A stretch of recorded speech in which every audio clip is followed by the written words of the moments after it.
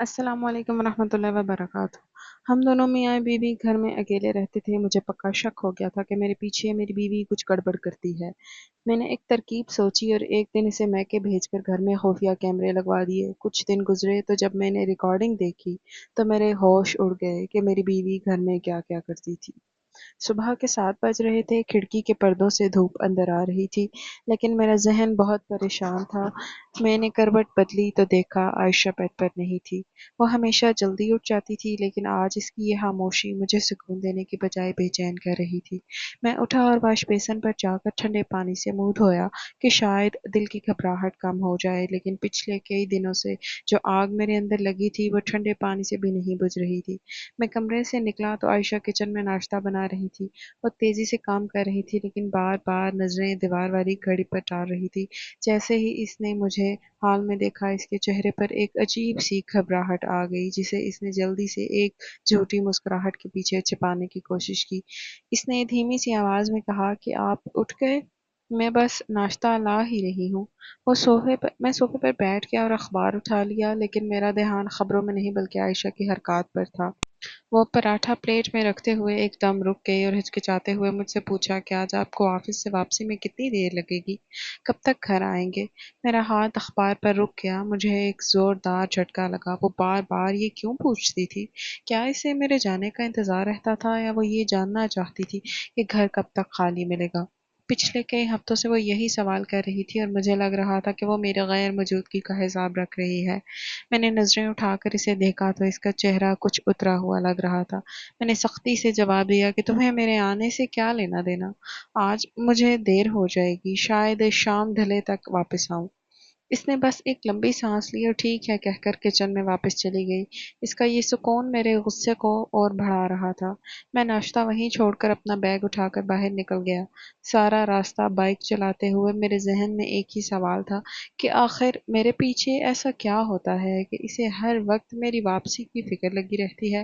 دفتر میں بھی فائلیں میرے سامنے تھی اور باس کی باتیں چل رہی تھی، مگر میرا دماغ گھر کے ان بند دروازوں کے پیچھے ہی بھٹک رہا تھا۔ شام کو جب میں گھر پہنچا تو بظاہر سب کچھ ٹھیک لگ رہا تھا۔ عائشہ کچن میں کھانا بنا رہی تھی، لیکن حال میں داخل ہوتے ہی مجھے اس کی دبی ہوئی آواز سنائی دی۔ وہ کسی سے موبائل پر بات کر رہی تھی اور اس کے لہجے میں ایسی اپنائیت تھی جو میرے سامنے کبھی نہیں آئی تھی۔ وہ کہہ رہی تھی کہ ہاں، میں نے سب سنبھال لیا ہے، تم فکر نہ کرو، بس آج وہ دیر سے آئیں گے۔ جیسے ہی میرے جوتوں کی آواز اس تک پہنچی، اس نے جلدی سے فون بند کیا اور کچن کی سلیب پر الٹا رکھ دیا۔ جب میں کچن کے دروازے پر پہنچا تو وہ تیزی سے سالن میں چمچ ہلانے لگی۔ میں نے سخت لہجے میں پوچھا کہ کس سے بات کر رہی تھی۔ اس نے چونک کر میری طرف دیکھا اور بالوں کو درست کرتے ہوئے کہا کہ وہ امی کا فون تھا، بس ان کی خیریت پوچھ رہی تھی۔ اس نے مجھے کھانا دیا، مجھ سے ہنسی خوشی بات بھی کی، لیکن مجھے اس کی ہر حرکت بناوٹ لگ رہی تھی۔ میں نے سوچا شاید میں بلا وجہ شک کر رہا ہوں، شاید وہ واقعی اپنی ماں سے بات کر رہی تھی۔ یہ سوچ کر میں رات کو سونے کے لیے کمرے میں چلا گیا۔ میں نے الماری سے کپڑے نکالنے کے لیے ڈریسنگ ٹیبل کی طرف دیکھا تو میری نظر وہاں پر ایک چیز پر جم گئی۔ وہ ایک مردانہ گھڑی تھی، ایسی گھڑی جو میری نہیں تھی اور نہ ہی میں نے پہلے اسے اس گھر میں دیکھا تھا۔ وہ چمکتی ہوئی گھڑی وہاں اس طرح پڑی تھی جیسے کسی نے اسے جلدی میں وہاں چھوڑ دیا ہو۔ میرا غصہ 7ویں آسمان پر پہنچ گیا۔ میرا شک اب ایک ٹھوس حقیقت بن چکا تھا۔ میں نے زور سے آواز دی کہ عائشہ، عائشہ ادھر آؤ، آؤ عائشہ۔ جو باہر برتن دھو رہی تھی بھاگتی ہوئی آئی۔ اس کے ہاتھ گیلے تھے اور چہرہ خوف سے سفید پڑ چکا تھا۔ میں نے گھڑی اٹھا کر اس کے سامنے کی اور چلایا کہ یہ کیا ہے؟ یہ مردانہ گھڑی یہاں تمہاری ڈریسنگ ٹیبل پر کیا کر رہی ہے؟ میرے پیچھے کون آیا تھا؟ عائشہ پہلے تو بالکل خاموش ہو گئی، زبان گنگ ہو گئی، پھر وہ ہکلاتے ہوئے بولی کہ حماد، یہ تو میں نے آپ کے لیے تحفہ خریدا تھا، ہماری سالگرہ آنے والی ہے نا، میں نے سوچا آپ کو سرپرائز دوں گی۔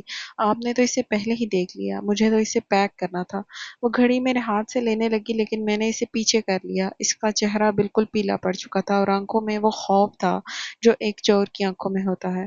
میں نے طنز سے کہا کہ سالگرہ میں تو ابھی 15 دن باقی ہیں اور تم نے اسے یہاں کھلے عام چھوڑ دیا۔ اس نے نظریں جھکا لی اور کہا کہ میں دیکھ رہی تھی کہ اس کا سیل ٹھیک کام کر رہا ہے یا نہیں، بس اسی لیے نکالی تھی۔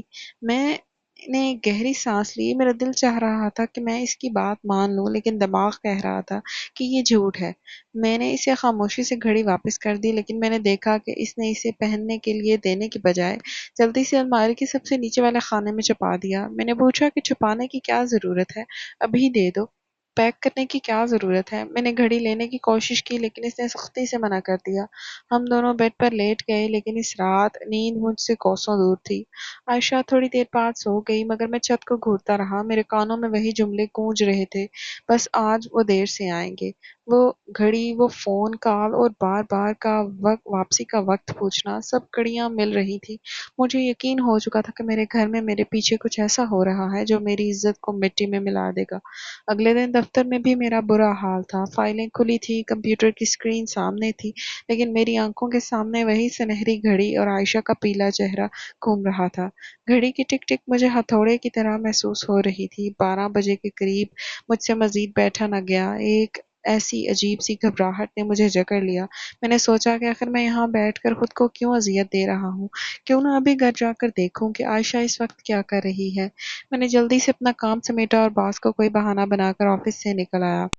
سڑک پر بائک چلاتے ہوئے میرا ذہن دو حصوں میں بٹا ہوا تھا۔ ایک طرف میرا شک تھا جو چیخ چیخ کر کہہ رہا تھا کہ حماد، آج سچ تمہارے سامنے آ جائے گا، اور دوسری طرف میرا دل عائشہ کی صفائی دے رہا تھا کہ نہیں، وہ ایسی نہیں ہے، وہ تو تمہارے آرام کا کتنا خیال رکھتی ہے، تم ایک شریف عورت پر الزام لگا کر اپنا گناہ کما رہے ہو۔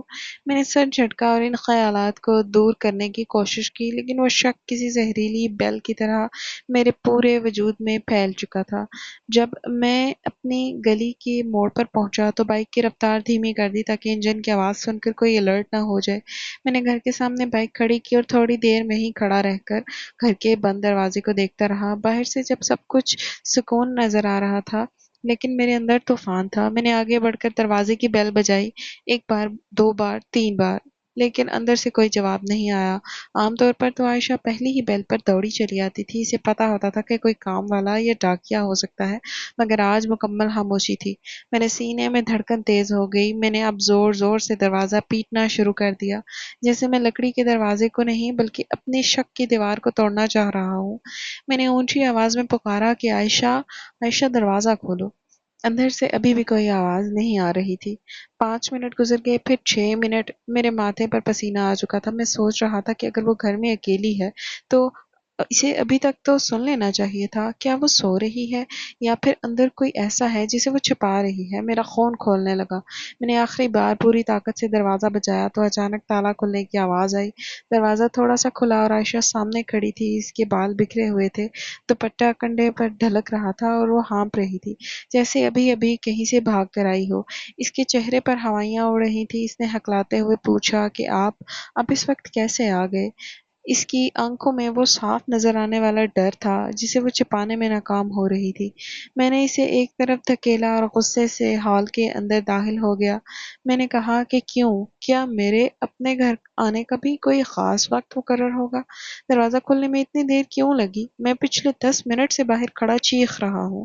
کیا مر گئی تھی تم؟ عائشہ نے جلدی سے اپنا دوپٹہ سنبھالا اور لرزتی ہوئی آواز میں بولی کہ وہ حماد میں باتھ روم میں تھی، کپڑے دھو رہی تھی، شاید پانی کے شور میں آپ کی آواز مجھ تک نہیں پہنچی، مجھے معاف کر دیں۔ بظاہر اس کی بات میں منطق تھی، لیکن میرا دل ماننے کو تیار نہیں تھا۔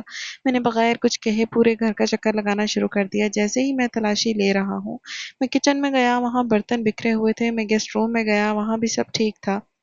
عائشہ میرے پیچھے پیچھے چل رہی تھی، اس کا چہرہ فک تھا اور وہ بار بار اپنے ہاتھ مسل رہی تھی۔ میں جب بیڈ روم میں داخل ہوا تو ایک دم رک گیا۔ میری نظریں فرش پر جم گئی۔ وہاں سفید ٹائلوں پر جوتوں کے مٹیالے نشان بنے ہوئے تھے جو کچن سے ہوتے ہوئے بیڈ کے قریب آ رہے تھے۔ وہ نشان بڑے تھے کسی مردانہ جوتے کے، اور وہ مٹی سے بھرے ہوئے تھے، جیسے کوئی ابھی ابھی کچی زمین سے چل کر یہاں آیا ہو۔ میں نے مڑ کر عائشہ کو دیکھا کہ یہ جوتوں کے نشان کس کے ہیں عائشہ؟ میں تو ابھی گھر آیا ہوں اور میرے جوتے صاف ہیں، تو پھر یہ مٹی بیڈ روم تک کیسے پہنچی؟ عائشہ نے ایک نظر ان نشانوں پر ڈالی اور اس کے چہرے کا رنگ اڑ گیا۔ وہ ساکت کھڑی رہ گئی، اس کی نظریں ادھر ادھر بھٹکنے لگی جیسے وہ کوئی نیا بہانہ تلاش کر رہی ہو۔ وہ ہکلاتے ہوئے بولی کہ وہ حماد، شاید وہ سبزی والا اندر تک آ گیا تھا، میں نے اسے منع بھی کیا تھا، مگر اس کے گندے جوتے تھے۔ لیکن اس کی آواز میں وہ یقین نہیں تھا جو سچائی میں ہوتا ہے۔ میں نے دھاڑ کر پوچھا کہ سبزی والا بیڈ روم تک آ گیا تھا؟ تم مجھے بے وقوف سمجھتی ہو عائشہ؟ سبزی والا یہاں کیا لینے آیا تھا؟ میں نے بیڈ کے نیچے، الماری کے پیچھے ہر جگہ دیکھا مگر وہاں کوئی نہ تھا۔ کمرے کی کھڑکی کھلی ہوئی تھی جو پیچھے گلی کی طرف کھلتی تھی۔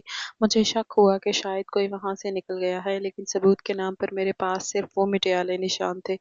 عائشہ کی خاموشی میرے شک پر مہر لگا رہی تھی۔ میرا جی چاہ رہا تھا کہ میں وہیں اس کا گلا دبا دوں، لیکن میں نے خود پر قابو پایا۔ مجھے اسے رنگے ہاتھوں پکڑنا تھا۔ صرف جوتوں کے نشان کافی نہیں تھے۔ میں نے گہری سانس لی اور اپنی مٹھیاں بھینچ لی۔ اب مجھے سمجھ آ چکا تھا کہ باتوں سے سچ نہیں نکلنے والا۔ مجھے اس گھر کی دیواروں میں آنکھیں لگانی ہوں گی جو میری غیر موجودگی میں سب کچھ دیکھ سکیں۔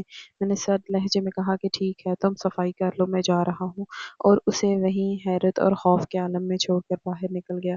گھر سے تو نکل آیا تھا لیکن قدم اٹھانا مشکل ہو رہا تھا۔ بائک کی رفتار بہت دھیمی تھی اور میرا ذہن کسی کمپیوٹر کی طرح ان تمام واقعات کو ترتیب دے رہا تھا جو پچھلے کچھ دنوں میں ہوئے تھے۔ وہ فون کال جس میں عائشہ نے کہا تھا کہ آج وہ دیر سے آئیں گے، وہ اجنبی مردانہ گھڑی جو ڈریسنگ ٹیبل پر لاوارث پڑی تھی، اور اب یہ مٹیالے جوتوں کے نشان جو سیدھے بیڈ روم تک جا رہے تھے۔ آخر کون ہے وہ؟ یہ سوال ایک ہتھوڑے کی طرح میرے سر پر بج رہا تھا۔ دفتر پہنچ کر میں نے کرسی پر سر ٹکا دیا اور آنکھیں بند کر لی۔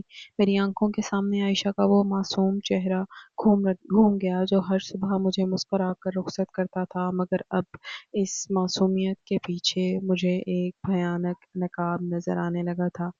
عائشہ نے کہا تھا کہ سبزی والا اندر آیا تھا، مگر کوئی سبزی والا بیڈ روم تک کیوں آ جائے گا؟